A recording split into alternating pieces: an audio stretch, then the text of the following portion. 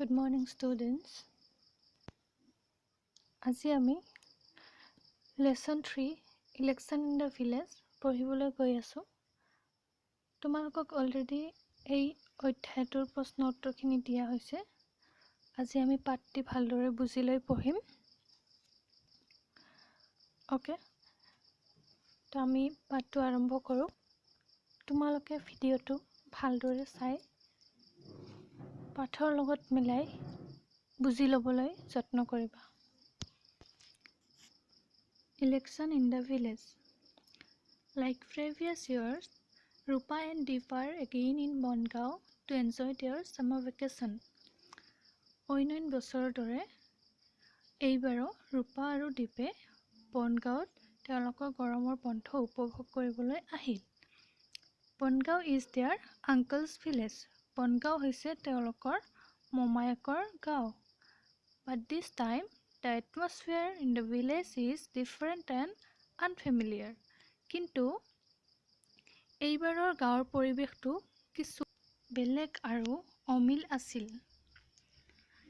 Everybody is very busy and their uncle, Mr. Mohan Bora, is meeting visitors till late at night. সকলোৱে বহুত ব্যস্ত আছিল আৰু তেওঁলোকৰ মোমায়েক মিষ্টাৰ মোহন বৰা দৰ্শনকাৰীসকলক ৰাতি দেৰিলৈকে লগ কৰি আছিল। The two children could not understand anything and at last at night they got a chance to talk with their uncle. এই শিশু দুটাই একো বুজি পোৱা নাছিল কি হৈ আছিল আৰু অৱশেষত তেওঁলোকে ৰাতি তেওঁলোকৰ মোমায়েকৰ লগত কথা পাতিবলৈ সুবিধা পালে। Deep, Uncle, are you still busy? May we talk to you for some time? দীপে কৈছে যে মোমাইদেউ আপুনি এতিয়াও ব্যস্ত আছে নেকি? আমি আপোনাৰ লগত অলপ সময় কথা পাতিব পাৰোঁনে? Uncle, oh Deep, you can certainly talk with me now. দীপৰ কথা শুনি আংকেলে কৈছে যে দীপ তুমি নিশ্চিতভাৱে মোৰ লগত এতিয়া কথা পাতিব পাৰিবা। ৰূপা, থেংক ইউ আংকল। তেতিয়া ৰূপাই কৈছে যে ধন্যবাদ মোমাইদেউ। ইজ দেয়াৰ এনিথিং ৰং ইন দ্য ভিলেজ? আৰু ৰূপাই সুধিছে যে গাঁওখনত কিবা বেয়া হৈ আছে নেকি, কিবা বেয়া কথা হৈছে নেকি, বা কিবা দুৰ্ঘটনা হৈছে নেকি? তেনেদৰে ৰূপাই তেওঁলোকৰ মোমায়েকক সুধিছে। Everyone is talking and discussing in groups. সকলোবিলাক মানুহে কথা পাতি আছে, দলবদ্ধ হৈ আলোচনা কৰি আছে। So many people are coming to you. Why? আৰু বহুত মানুহ আপোনাৰ ওচৰলৈকে আহি আছে কিয়? গাঁওখনৰ পৰিৱেশটো দেখি ৰূপা আৰু দীপৰ মনত কৌতূহল জাগিছিল আৰু সেইকাৰণে সিহঁতে তেওঁলোকৰ মোমায়েকক প্ৰশ্ন কৰি আছিল। তেতিয়া ৰূপাৰ কথা সুধি আংকলে কৈছে যে no, nothing is wrong in the village. কৈছে যে নহয়, গাঁওখনত একো বেয়া হোৱা নাই। So you notice the difference. তাৰমানে তুমি পাৰ্থক্যটা মন কৰিছা। What else did you notice? তুমি আৰু আন কি পাৰ্থক্য নটিচ কৰিছা? তুমি আৰু বেলেগ কি পৰিৱৰ্তন দেখা পাইছা? এনেদৰে আংকলে সুধিছে। Deep, there are posters, banners and flags all around the village. Sometimes we see procession also. তেতিয়া দীপে কৈছে যে গাঁওখনত বহুত পোষ্টাৰ লগাইছে, বেনাৰ লগাইছে, বিভিন্ন ৰঙৰ বিভিন্ন ধৰণৰ পতাকাৰে গাঁওখন ভৰি আছে আৰু কেতিয়াবা আমি শোভাযাত্ৰাও দেখা পাইছোঁ। তেতিয়া আংকেলে কৈছে যে well, all these are going on because we will have the village panchayat elections next month. এইবোৰ হৈ থকাৰ কাৰণ হৈছে অহা মাহত আমাৰ গাঁৱত গাঁও পঞ্চায়তৰ ইলেকশ্যন হ'ব, নিৰ্বাচন হ'ব।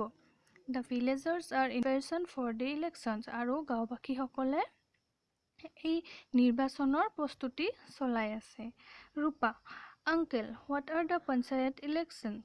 তেতিয়া ৰূপাই সুধিছে যে আংকেল পঞ্চায়ত ইলেকশ্যন মানেনো কি? কোনবিলাক পঞ্চায়ত ইলেকশ্যন? ৰূপাৰ কথাত আংকেলে কৈছে যে Children, do you know what form of government we have in our country? তেতিয়া আংকেলে সুধিছে যে তোমালোকে জানানে আমাৰ দেশত কেনেকুৱা ধৰণৰ চৰকাৰ আছে? Who rules it? কোনে শাসন কৰে? Deep, I have read in my book that India is a democracy and this country is ruled by a government that is elected by its citizens. এতিয়া দীপে কৈছে যে মোমাইদেউ মই কিতাপত পঢ়িছিলোঁ যে ভাৰতবৰ্ষ এখন গণতান্ত্ৰিক দেশ আৰু এই দেশখন এনেকুৱা এখন চৰকাৰৰ দ্বাৰা পৰিচালিত হয় যাক ইয়াৰ নাগৰিকসকলে নিৰ্বাচিত কৰে। Uncle, exactly. The people of India elect their own government. Uncle কৈছে একেবাৰে শুদ্ধ। ভাৰতবৰ্ষৰ নাগৰিকসকলে তেওঁলোকৰ নিজা চৰকাৰ বাছনি কৰে। As you know, our country is very big and the government cannot reach out to all the people directly. তোমালোকে জানা যে ভাৰতবৰ্ষ এখন বিশাল দেশ আৰু সেইবাবে চৰকাৰে ইয়াত থকা প্ৰত্যেকজন নাগৰিকক প্ৰত্যক্ষভাৱে লগ কৰিব নোৱাৰে, মানুহৰ ওচৰলৈ যাব নোৱাৰে। The people too cannot participate directly in every function of the government. আৰু নাগৰিকসকলেও মানুহবিলাকেও চৰকাৰৰ সকলো কামত প্ৰত্যক্ষভাৱে অংশগ্ৰহণ কৰিব নোৱাৰে। If the people cannot participate in governance, the democracy cannot function efficiently. আৰু যদি মানুহবিলাকে চৰকাৰত অংশগ্ৰহণ কৰিব নোৱাৰে, গণতন্ত্ৰ ভালদৰে দক্ষপূৰ্ণভাৱে কাম কৰিব নোৱাৰিব। ৰূপা, what is the solution to this problem? তেতিয়া ৰূপাই কৈছে যে এই সমস্যাটোৰ সমাধান কি? Uncle, the solution is local self-governance. আৰু তেতিয়া আংকলে কৈছে যে সমাধান হৈছে স্থানীয় স্বায়ত্তশাসন। The villages, towns and districts should have their own governing bodies duly elected by the people where they can easily participate. গাঁও, চহৰ আৰু জিলাসমূহত তেওঁলোকৰ জনসাধাৰণৰ দ্বাৰা নিৰ্বাচিত নিজস্ব পৰিচালনা সমিতি থাকিব লাগে য'ত তেওঁলোকে সহজে অংশগ্ৰহণ কৰিব পাৰে। This system of self-governance in the village is called Panchayati Raj in our country. আৰু স্বায়ত্তশাসনৰ এই ব্যৱস্থাটোকে আমাৰ দেশত পঞ্চায়তী ৰাজ ব্যৱস্থা বুলি কোৱা হয়। It is the grassroots level of democracy in India. এইটো হৈছে ভাৰতবৰ্ষত গণতন্ত্ৰৰ তৃণমূল স্তৰ। Deep. Oh, now I understand. All the cities, towns and villages in India have panchayats. আংকেলৰ কথাখিনি শুনি দীপে কৈছে যে মই এতিয়া বুজি পাইছোঁ ভাৰতবৰ্ষৰ সকলোবিলাক চহৰ, নগৰ আৰু গাঁৱত পঞ্চায়ত আছে। Isn't it so, uncle? এইটো নহয়নে আংকল? আমি বাকীখিনি অন্য এটা ভিডিঅ'ৰ যোগেৰে পঢ়িম। আমি এইখিনিতে কি বুজি পালোঁ যে ৰূপা আৰু দীপ দুজন শিশু তেওঁলোক বনগাঁৱলৈ গৈছিল মোমায়েকৰ তালৈ। তাত গৈ তেওঁলোকে এটা নিৰ্বাচনী বতৰত গৈছিলে ইলেকশ্যন। তোমালোকে ইলেকশ্যনৰ বিষয়ে অলপ চলপ হ'লেও জানা। ইলেকশ্যনৰ সময়ত গৈছিল সেই হুলস্থুলীয়া পৰিৱেশৰ মাজত তেওঁলোকে একো বুজি পোৱা নাছিল যিহেতু তেওঁলোক সৰু সৰু আছিল।